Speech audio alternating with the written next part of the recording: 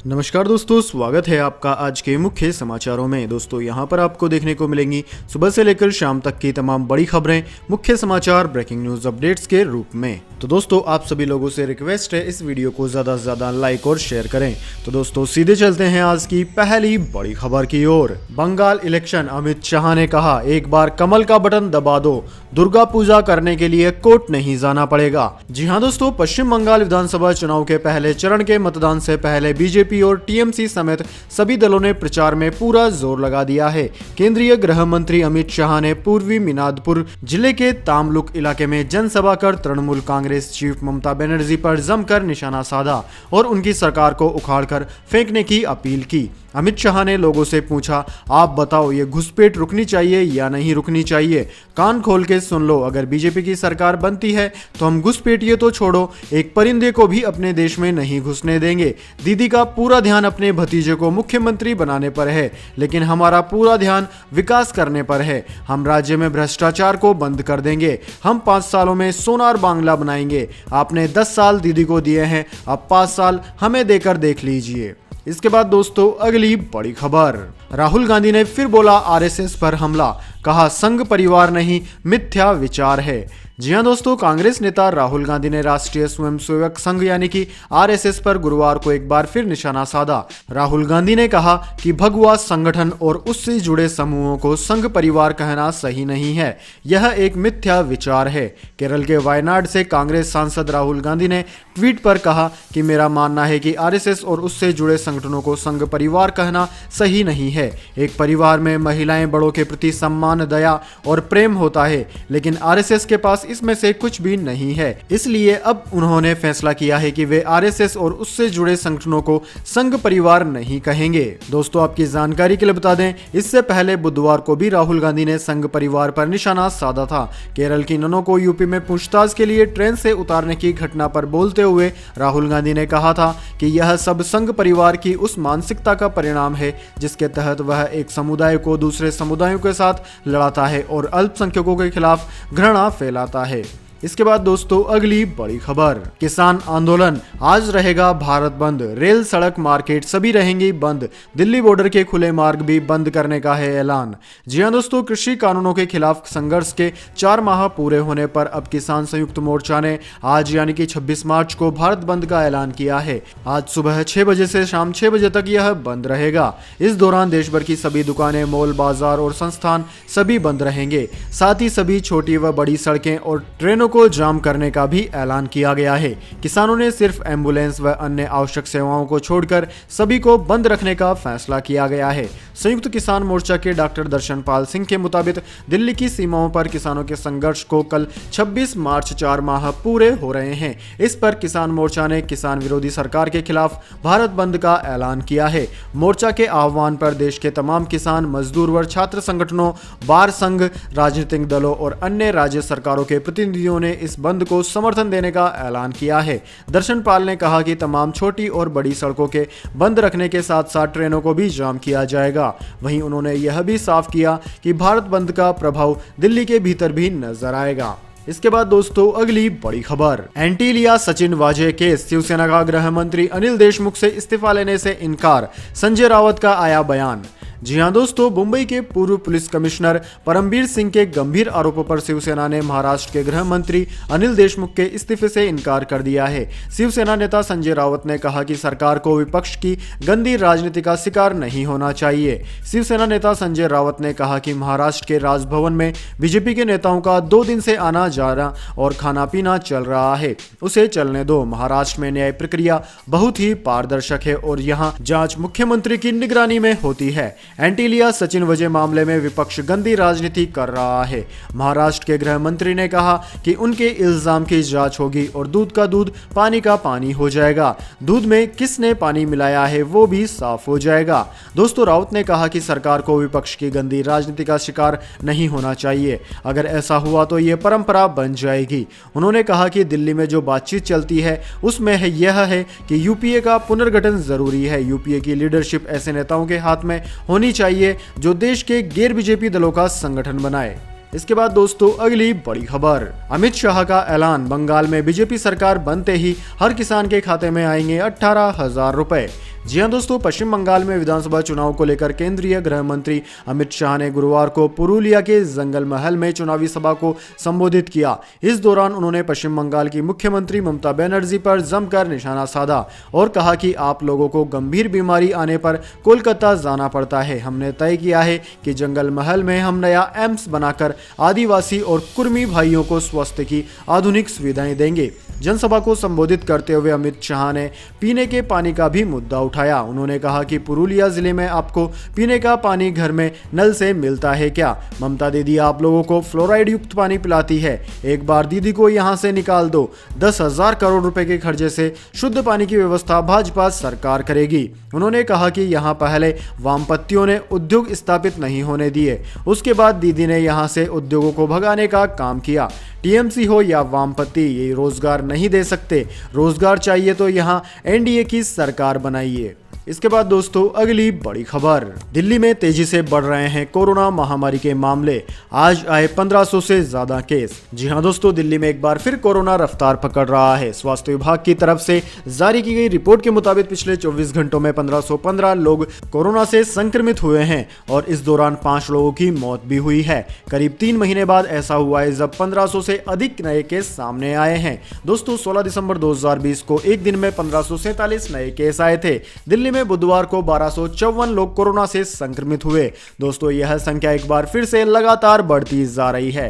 राष्ट्रीय राजधानी में अब तक 6,52,000 लोग कोरोना से संक्रमित हो चुके हैं और उनमें से 10,978 लोगों की मौत हो चुकी है। वहीं दोस्तों दिल्ली समेत अन्य राज्यों में बढ़ रहे कोरोना के मामलों को लेकर केंद्रीय स्वास्थ्य मंत्रालय ने चिंता जताई है। उन्होंने कहा है कि दिल्ली, तमिलनाडु, छत्तीसगढ़, कर्नाटक, हरियाणा, राजस्थान, महाराष्ट्र, गुजरात, पंजाब, मध्य प्रदेश समेत 10 राज्यों में रोज संक्रमण के मामले बढ़ रहे हैं। इसके बाद दोस्तों अगली बड़ी खबर, देश को मिलेगा पहला electric highway. Delhi Mumbai highway पर होगी एक इलेक्ट्रिक लेन। 1 साल में पूरा हो जाएगा निर्माण कार्य। जी हां दोस्तों, केंद्रीय सड़क परिवहन एवं राजमार्ग मंत्री नितिन गडकरी ने गुरुवार को एक ऑनलाइन इवेंट में देश में बन रहे ग्रीन एक्सप्रेसवे हाईवे से जुड़ी कई जानकारियां दी। पीएचडी चैम्बर ऑफ कॉमर्स की ओर से आयोजित ऑनलाइन इवेंट में उन्होंने कहा कि सरकार 7 लाख करोड़ रुपए की लागत से देश में कई ग्रीन एक्सप्रेस हाईवे बना रही है, जिनका निर्माण मॉडर्न टेक्नोलॉजी के जरिए हो रहा है। ग्रीन एक्सचेंज हाईवे से स्मार्ट ट्रांसपोर्टेशन उपलब्ध होंगे और प्रदूषण में भी कमी आएगी। उन्होंने कहा कि 7 लाख करोड़ में से 1 लाख करोड़ रुपए में दिल्ली मुंबई एक्सप्रेसवे का निर्माण हो रहा है। इसका निर्माण कार्य भी 1 साल के अंदर पूरा हो जाएगा। साथ ही 1 साल के अंदर इलेक्ट्रिक ट्रक भी उपलब्ध हो जाएंगे। उन्होंने कहा कि दिल्ली मेरठ एक्सप्रेसवे का शुभारंभ अगले 2 महीनों के भीतर हो जाएगा। इसके बाद दोस्तों अगली बड़ी खबर, AIIMS assault case, high court से सोमनाथ भारती को राहत, 2 साल कैद की सजा पर लगी रोक। जी हां दोस्तों, दिल्ली हाई कोर्ट ने आम आदमी पार्टी के विधायक सोमनाथ भारती को राहत देते हुए एम्स से सुरक्षा कर्मियों पर हमले के मामले में निचली अदालत के फैसले पर रोक लगाते हुए उन्हें सुनाई गई 2 साल कारावास की सजा निलंबित कर दी है। जस्टिस सुरेश कैत ने भारती की याचिका पर दिल्ली सरकार से जवाब मांगा। भारती ने खुद को दोषी ठहराए जाने और 2 साल कैद की सजा सुनाए जाने के निचली अदालत के आदेश को हाई कोर्ट में चुनौती दी थी। दोस्तों हाई कोर्ट ने मामले की आगे की सुनवाई के लिए 20 मई की तारीख तय की है। भारती को यहां लोअर कोर्ट द्वारा मंगलवार को फैसला सुनाए जाने के बाद हिरासत में लेकर जेल भेज दिया गया था। उन्होंने हाई कोर्ट में दायर अपनी अपील में निचली अदालत के फैसले को दरकिनार किए जाने और याचिका लंबित रहने के दौरान सजा को निलंबित किए जाने की अपील की थी। उन्होंने मामले में दिए गए फैसले पर स्टे लगाने की भी गुजारिश की है। इसी केस को लेकर पिछली जनवरी में एक मजिस्ट्रेट कोर्ट से भारती को 2 साल कैद की सजा सुनाई थी। इस सजा को मंगलवार को सत्र न्यायाधीश ने भी बरकरार रखा था। इसके बाद दोस्तों अगली बड़ी खबर, इंफ्रा किंग बनकर उभरे गौतम अडानी, केंद्र सरकार की नीतियों से कारोबार बढ़ाने में मिली मदद। जी हां दोस्तों, कोयला कारोबार का साम्राज्य खड़ा करने के 20 साल बाद अरबपति कारोबारी गौतम अडानी अब ग्रुप को भविष्य के लिहाज से तैयार कर रहे हैं। वे जीवाश्म ईंधन यानी कि फोसिल फ्यूल में भविष्य तलाश रहे हैं। केंद्र सरकार की पॉलिसी भी इनके सपने के लिए मददगार साबित हो रही है। पिछले 1 साल की बात करें तो गौतम अडानी की नेटवर्थ मुकेश अंबानी से ज्यादा तेजी से बढ़ी है। 1 साल में मुकेश अंबानी की कंपनियों की नेटवर्थ 3.26 लाख करोड़ बढ़ी, जबकि अडानी ग्रुप कंपनियों की नेटवर्थ में 3.63 लाख करोड़ का इजाफा देखा गया है। दोस्तों, अडानी ग्रुप की शेयर बाजार में लिस्टेड 6 कंपनियों की वैल्यू तेजी से बढ़ी है। एक साल में इन कंपनियों की वैल्यू 5.73 लाख करोड़ रुपए बढ़ गई है। बाजार में लिस्टेड कंपनियों की वैल्यू के मोर्चे पर अडानी ग्रुप की रफ्तार टाटा ग्रुप और मुकेश अंबानी की कंपनियों से तेज रही। इसके बाद दोस्तों अब जान लेते हैं पूरी दुनिया और भारत में क्या है इस महामारी की स्थिति। तो सबसे पहले दोस्तों बात करते हैं पूरी दुनिया की। तो दोस्तों पूरी दुनिया में इस वक्त तक इस महामारी के संक्रमितों का आंकड़ा 12,48,94,000 को पार कर गया है, जबकि दोस्तों इस महामारी से मरने वालों की संख्या 27,45,000 को पार कर गई है। वहीं दोस्तों इस महामारी का सर्वाधिक असर वाले देशों की बात की जाए तो उनमें अमेरिका नंबर 1 पर है। अमेरिका में इस वक्त तक 3 करोड़ से ज्यादा संक्रमित मामले सामने आ चुके हैं। वहीं दोस्तों उसके बाद में Brazil, India, Russia, United kingdom, France, Italy, Spain, Turkey आदि देशों का नाम आता है। इसके बाद दोस्तों बात कर लेते हैं क्या है भारत के हालात। लेकिन उससे पहले दोस्तों मेरी आपसे एक छोटी सी रिक्वेस्ट है, अगर दोस्तों आपको अभी तक हमारी न्यूज़ पसंद आई है तो इसे एक छोटा सा लाइक जरूर दे दें, और अगर आपको पसंद नहीं आई है तो बेशक आप डिसलाइक भी कर सकते हैं। लेकिन दोस्तों लाइक और डिसलाइक जरूर कीजिए, क्योंकि दोस्तों यही हमारी मेहनत का फल होता है और इसी से हमें पता चलता है कि आपको हमारी वीडियो पसंद आई है या नहीं। तो दोस्तों जल्दी से जान लेते हैं क्या है भारत के हालात। तो दोस्तों भारत में इस वक्त तक इस महामारी के संक्रमितों का आंकड़ा 1,17,87,000 को पार कर गया है, जबकि दोस्तों मरने वालों की संख्या 1,60,000 के पार है। दोस्तों इस महामारी से सर्वाधिक प्रभावित राज्यों की बात करें तो उनमें महाराष्ट्र सबसे ऊपर है। महाराष्ट्र में इस वक्त तक 25,64,000 से ज्यादा संक्रमित मरीज सामने आ चुके हैं। वहीं दोस्तों इसके बाद में केरला, कर्नाटक, आंध्र प्रदेश, तमिलनाडु, दिल्ली, उत्तर प्रदेश, वेस्ट बंगाल, ओडिशा, छत्तीसगढ़, राजस्थान, तेलंगाना, गुजरात आदि राज्यों का नाम आता है।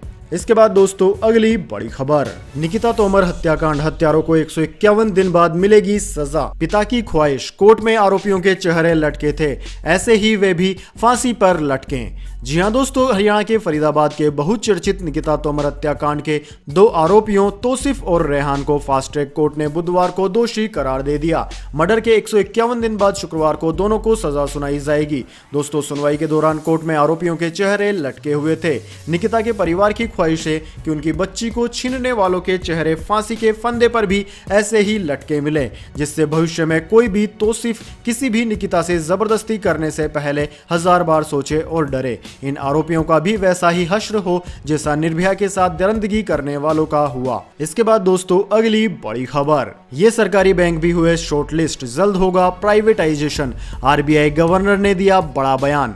जी हां दोस्तों, भारतीय रिजर्व बैंक के गवर्नर शक्तिकांत दास ने गुरुवार को कहा कि हम सार्वजनिक क्षेत्र के बैंकों के निजीकरण को लेकर सरकार के साथ चर्चा में है। इस संदर्भ में प्रक्रिया को आगे बढ़ाया जाएगा। शक्तिकांत दास ने times network India economic conclave के एक कार्यक्रम में कहा कि हम सार्वजनिक क्षेत्र के बैंकों के निजीकरण को लेकर सरकार के साथ चर्चा कर रहे हैं और इस संदर्भ में जल्द प्रक्रिया को आगे बढ़ाया जाएगा। वहीं दोस्तों सीएनबीसी आवाज ने अपने सूत्रों के हवाले से कहा है कि सरकारी बैंकों का प्राइवेटाइजेशन अब फास्ट ट्रैक पर आ रहा है।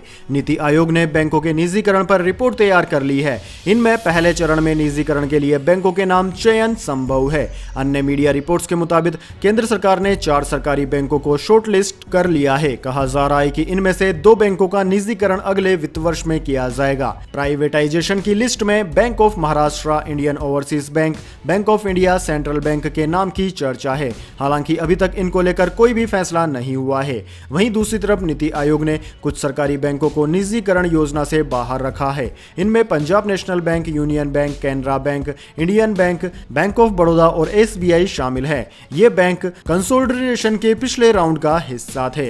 इसके बाद दोस्तों अगली बड़ी खबर, मौसम समाचार, जानिए अगले 24 घंटे और पिछले 24 घंटे के मौसम समाचार। तो दोस्तों सबसे पहले बात करते हैं पिछले 24 घंटों की।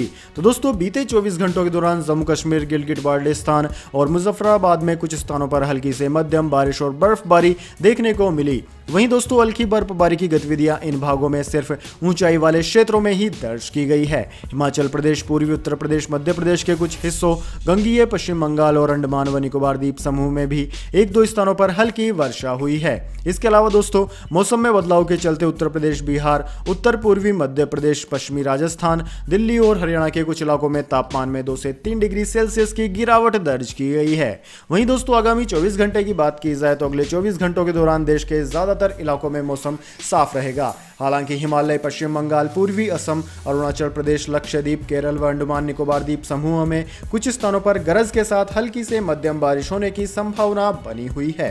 वहीं अगले 24 घंटों के दौरान उत्तर पश्चिमी भारत के भागों में तापमान में व्यापक बढ़ोतरी देखने को मिल सकती है। इसके बाद दोस्तों अगली बड़ी खबर, गोल्ड सिल्वर प्राइस टुडे, सोना फिर चढ़ा, चांदी में हुई और गिरावट। जी हां दोस्तों, सोने की कीमतों में फिर से बढ़ोतरी हुई है, हालांकि चांदी सस्ती हो गई है। HDFC सिक्योरिटीज के अनुसार आज सोना 44 रुपए बढ़कर 44,347 रुपए प्रति 10 ग्राम पर पहुंच गया। वहीं दोस्तों चांदी की बात की जाए तो चांदी 637 रुपए गिरकर 64,110 रुपए प्रति किलोग्राम पर आ गई है। अंतर्राष्ट्रीय बाजार की बात करें तो अंतर्राष्ट्रीय बाजार में सोना $1733 प्रति औंस, जबकि चांदी $24.97 प्रति औंस पर कारोबार कर रही थी। इसके बाद दोस्तों अगली बड़ी खबर, पेट्रोल डीजल प्राइस टुडे, लगातार दूसरे दिन कम हुए पेट्रोल डीजल के दाम। जी हां दोस्तों, अंतर्राष्ट्रीय बाजार में कच्चे तेल के दाम में आई गिरावट के बाद ऑयल मार्केटिंग कंपनियों ने आज लगातार दूसरे दिन पेट्रोल डीजल की कीमतों में कटौती की है। दिल्ली में पेट्रोल की कीमतों में 21 पैसे और डीजल में 20 पैसे की गिरावट आई। इसके बाद दिल्ली में पेट्रोल के दाम 90.78 रुपए प्रति लीटर और डीजल के दाम 81.1 पैसा प्रति लीटर पर आ गए हैं। इसके बाद दोस्तों अगली बड़ी खबर, भूखमरी से हो सकती है 3 करोड़ लोगों की मौत, यूनाइटेड नेशंस ने जताया अंदेशा। जी हां दोस्तों, कोरोना महामारी ने दुनिया के हर हिस्से को प्रभावित किया है, जिसकी सबसे ज्यादा मार गरीबों पर पड़ी है। इस बीच संयुक्त राष्ट्र संघ ने भूखमरी के हालातों को लेकर गंभीर चेतावनी जारी की है। यूएन की हालिया रिपोर्ट के मुताबिक 20 से ज्यादा देशों के हालात सबसे ज्यादा खराब है। वैश्विक संस्था का मानना है कि हालात नहीं सुधरे तो करीब 3 करोड़ लोग भूख की वजह से दम तोड़ सकते हैं। फूड एंड एग्रीकल्चर ऑर्गेनाइजेशन और वर्ल्ड फूड प्रोग्राम द्वारा प्रकाशित रिपोर्ट में यमन और दक्षिण सूडान के कई इलाकों को भूखमरी का हॉटस्पॉट बताया गया है। यहां बसे लोग लंबे समय से भूखमरी और कुपोषण का शिकार हैं। रिपोर्ट में यह भी कहा गया है कि करीब 3.5 करोड़ लोग पहले से ही IPC4 इंडेक्स के तहत सबसे दयनीय स्थिति में हैं और ये इस बात का संकेत देते हैं कि लोग भूखमरी से सिर्फ एक कदम दूर हैं। इसके बाद दोस्तों अगली बड़ी खबर, इजराइल इलेक्शन, यहूदी देश में Islamic party the United Arab list बनी किंग मेकर, राम के हाथ में सरकार की कमान। जी हां दोस्तों, यहूदी देश इजराइल में बीते 2 साल में चौथी बार चुनाव हुए हैं। इन चुनावों में एक बार फिर बेंजामिन नेतन्याहू की सरकार बनती दिख रही है। गुरुवार सुबह तक हुई 90% मतगणना में नेतन्याहू की पार्टी को 59 सीटों पर जीत मिलती दिख रही थी। ऐसे में अगर उन्हें 2 सीट और मिल जाती है तो उनकी सरकार बनना तय हो जाएगा। दोस्तों आपकी जानकारी के लिए बता दें, इजराइल की संसद में कुल 120 सीटें हैं। अभी तक की गिनती में बेंजामिन नेतन्याहू की लिक्विड पार्टी और उसके सहयोगी दलों को कुल 59 सीट मिलती दिख रही है। ऐसे में अगर उन्हें 2 सीट और मिल जाती है तो फिर वह देश के प्रधानमंत्री एक बार फिर बन जाएंगे। वहीं दोस्तों इजराइल के चुनाव में इस बार सबसे दिलचस्प बात वहां की इस्लामिक पार्टी की है। इस्लामिक पार्टी का 5 सीटें जीतना है। इस्लामिक पार्टी का नाम द यूनाइटेड अरब लिस्ट है। इजराइल की अपनी भाषा हिब्रू में इस पार्टी को राम कहा जाता है। अगर बेंजामिन नेतन्याहू की कुछ सीटें कम पड़ती है तो यह पार्टी किंग मेकर साबित हो सकती है। तो दोस्तों यह थी आज की तमाम बड़ी खबरें। इसके बाद में दोस्तों अब बारी आती है आज के माइंड क्यूज क्वेश्चन की। जी हां दोस्तों, एक आसान से सवाल का जवाब देकर आप जीत सकते हैं एक अमेजिंग सरप्राइज गिफ्ट हमारे यूट्यूब चैनल की ओर से। तो दोस्तों आज का सवाल आपकी स्क्रीन पर आ चुका है। दोस्तों आपको बताना है पांडवों के पिता का नाम क्या था। जी हां दोस्तों, महाभारत के 5 पांडवों के पिता का नाम क्या था। अगर दोस्तों आप जानते हैं तो जल्दी से कमेंट बॉक्स में लिख दीजिए। अगर आपका जवाब होता है एकदम सही और आप चुने जाते हैं लकी विजेता के रूप में तो आपको मिल सकता है एक अमेजिंग सरप्राइज गिफ्ट हमारे यूट्यूब चैनल की ओर से। तो दोस्तों जल्दी से अपना उत्तर कमेंट बॉक्स में लिख दीजिए, वीडियो को लाइक कर लीजिए और चैनल को सब्सक्राइब करके बेल आइकन भी दबा लीजिए। धन्यवाद। वंदे मातरम। जय हिंद, जय भारत।